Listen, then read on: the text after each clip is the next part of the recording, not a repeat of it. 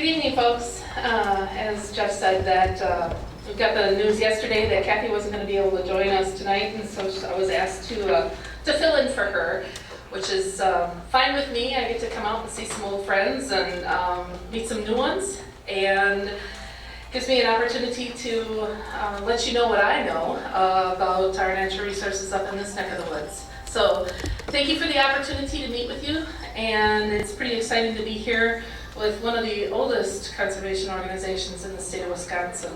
Something really to be proud of. My role in the department and my professional history is one of the questions that I was asked to address tonight. My personal history is I was born and raised in Fond du Lac, grew up on the west shore of Lake Winnebago, and to a mom and dad that didn't hunt or fish or trap or anything like that. So I kind of, I'm not sure where I got the bug to get interested in wildlife or conservation in general, but for some reason, something took hold of me when I was in grade school, and I started tagging along with the next door neighbor when he took his grandsons out fishing. And that only happened once or twice. The weeds along the west shore in my fishing pole didn't get along very good. And so I needed a little bit more practice. But then my dad was lucky enough to win a chartered fishing trip out onto the big lake. And we came over, and I think we left out of Manitowoc here and went out fishing, and he was able to take 3 people with him. And I was one of the people that he took along, and 2 of his buddies. So I was told I had to be the first one to catch, whenever the first rod had hit on it, I was the one that was supposed to take it. I was also getting pretty seasick out there because the waves on Lake Michigan are quite a bit different than the waves on Lake Winnebago. And I wasn't used to that at all. And so in addition to chumming, I also got the one and only strike for the day and brought in the fish, and literally we were both hooked. And so we outfitted our boat that we always took just cruising around on Lake Winnebago for going out on Lake Michigan, and we started fishing from then on. And it was just a ton of fun. So I went to Stevens Point, got my degrees in wildlife and in biology, and from there I started with the department in '93 as a wildlife technician LTE out of Horicon, and then I became a park ranger at Blue Mountain State Park down by Madison. So for the next couple of years, that's what I did. I was a park ranger in a very quiet park, and then moved up to Door County and became the park manager up there.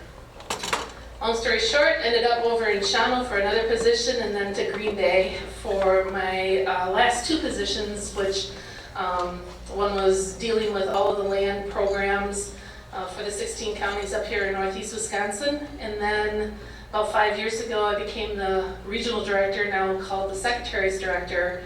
So I kind of work with all of the different programs here in the 16 counties of northeast Wisconsin, as well as businesses, chambers of commerce, the legislature, 4 of the Native American tribes in the area, as well as coming and talking to you folks. And the Conservation Congress is an important part of my relationship building in this area.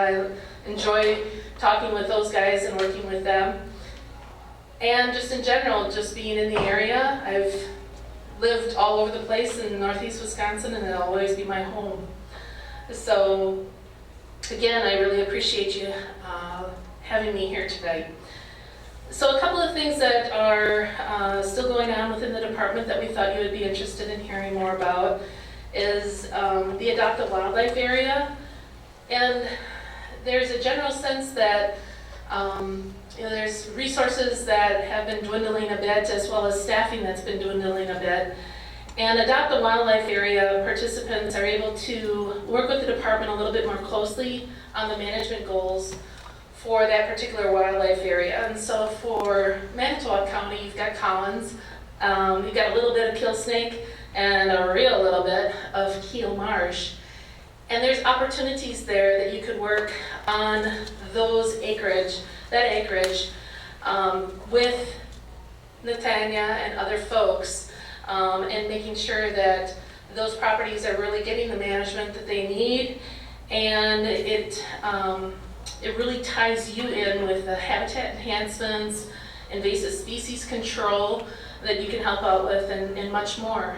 And the safety and the maintenance, the equipment, training and all of that, and a certificate would be provided by the department, and we would work with you. And so if you're interested in something like that, or your club is interested in something like that for Collins, or if you're more over on the west side of Manitowoc County and you'd be interested in working on kill snake at all, or on keel, please let Natanya know, and should be able to help you out. Natanya is our wildlife biologist here, and she's in the crowd tonight. And I guess I should introduce your neighbors there. Jeff Pritzel is our district wildlife supervisor. He's out of the Green Bay office. Some of you might remember Jeff when he was your local biologist here. And then Jake Volks is your conservation warden here in the north half of Manitowoc County.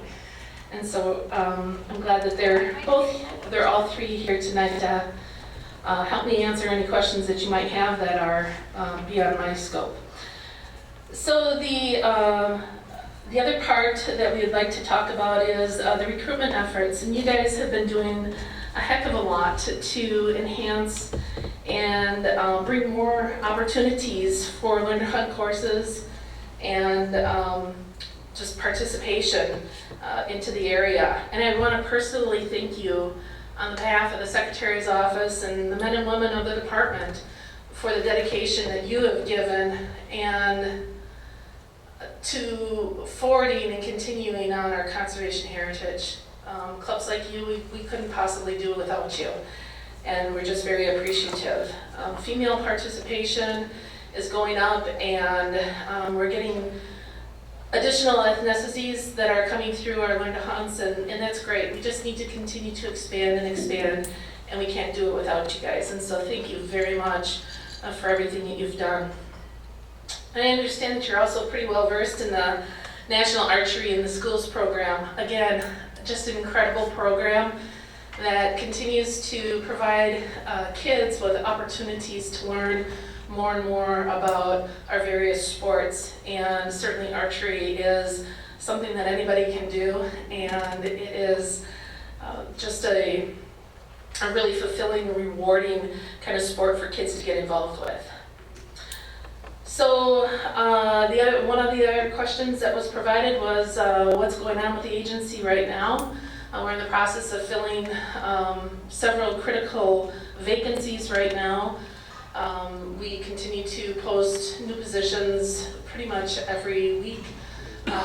We are losing a lot of retirees yet, and so still continuing to try to hire in those critical vacancies is important. You also asked about any policies that might be coming down the pipe for conservation-minded organizations. And on our website, we've got a list of various different program guidances that are out for public review right now. And I wrote down a list of what's out there right now. The surface water grants, urban stormwater, MFL, and the forest crop law. They've got some changes in there. Forestry cutting notices, and engineering requirements for replacement of Great Lakes coastal structures. Those are all open for review right now and comment on our website. So for the 2016 deer season, we've got the CDACs, obviously, that are very critical for our framework for deer season now. And that's the County Deer Advisory Councils. And the final framework for the season, we just adopted what those individual counties had requested for their county. And so in addition to those council meetings that have been held, there were additional 5,500 questionnaires that were received back from the public for public input. And so we're getting more and more participation via the website, as well as at the CDAC meetings. For Manitowoc County specifically, Central Farmland Zone, antlerless tags if you've already purchased your deer license or your sportsman's license or your conservation patron's license, and you didn't get your antlerless tags right then and there, those are available now. So if you stop by a DNR office, or you can just go onto your account online, you can print off those antlerless tags now. Those are available now, or if you haven't purchased your license yet, of course you'll get those at the time of purchase. A small portion of Manitowoc County is in the metro unit, I guess, so I would assume that those antlerless tags are available now as well. We don't have tags that are specific for the metro unit, so you Okay. can get a Manitowoc tag, and you will get 2 free antlerless tags this year. So instead of getting just one doe tag with your regular license, you're going to get 2 instead, just for people who want that extra opportunity. Does that include both? Yes. So Yep, you that's have not 3 weapon tags total specific. per year? Per license. Per license. 2 per license, so if you go gun and bow, you get 4. 2 does plus a buck per Okay. license, right? $2 plus a buck per license. Excellent. Thank you, Natanya. Bonus tags will go on sale beginning on August 15th. I think Manitowoc's will be available on the 16th, and so it must be Forest on the 15th and Farmland on the 16th. So that's something to know. Because of the back-to-back mild winters, the planned harvest in the northern and central forest zones, we've got some boosting numbers where we needed to see it, and of course in our farmland zones we continue to see a robust deer population, and I currently live over in the Shawano area, and I can't tell you how many deer I see in a given day, but it's pretty impressive, as are the number of turkeys I have been seeing lately is quite impressive. We anticipate that the deer hunters are going to be poised for another great season, and hopefully Larry will share photos of his prized hunt results with all of us again this year. The Deer Management Assistance Program, it's called DMAP. I don't know if it's hitting around here too much, but it's the 3rd year of the DMAP program. We continue to have more and more landowners getting enrolled. About 1,000 landowners are now enrolled in the program. About 220,000 acres are enrolled. And again, that's another program that landowners can get involved with, where they want to have more interaction and more cooperation on their own private land with the local wildlife manager and the local forester, and that we can get into these discussions with you and help you with managing your property. And at this point in time, we got 82% feedback from them as either good or very good, and 91% of the cooperators responded that they're very satisfied. So I think another question that was raised was with regards to the gray wolf. The wolf situation in Wisconsin continues to be where they are protected species by the federal government, and we continue to see a rising population of the gray wolves. We've got a count right now, it's a record high minimum count of 866 for the 2015-2016 winter surveys. So we continue to see interactions between wolves and farmers with their animals, their livestock, and I believe that last week I saw that there was interactions earlier this week with hunting dogs as well. So those continue to happen, and we continue to work with the feds, and as far as depredation is concerned, and hopefully moving forward, we'll continue to be able to, or hopefully moving forward, we'll be able to get back into the management of our wolf population. So I think was that all of the questions I think that I was asked to be prepared for. Do you have any questions at all that I might be able to answer for you? Hi. Hello. I kind of, like invasive species are really a stick in me. And I'm putting in a butterfly garden. So I'm looking around for wild seed.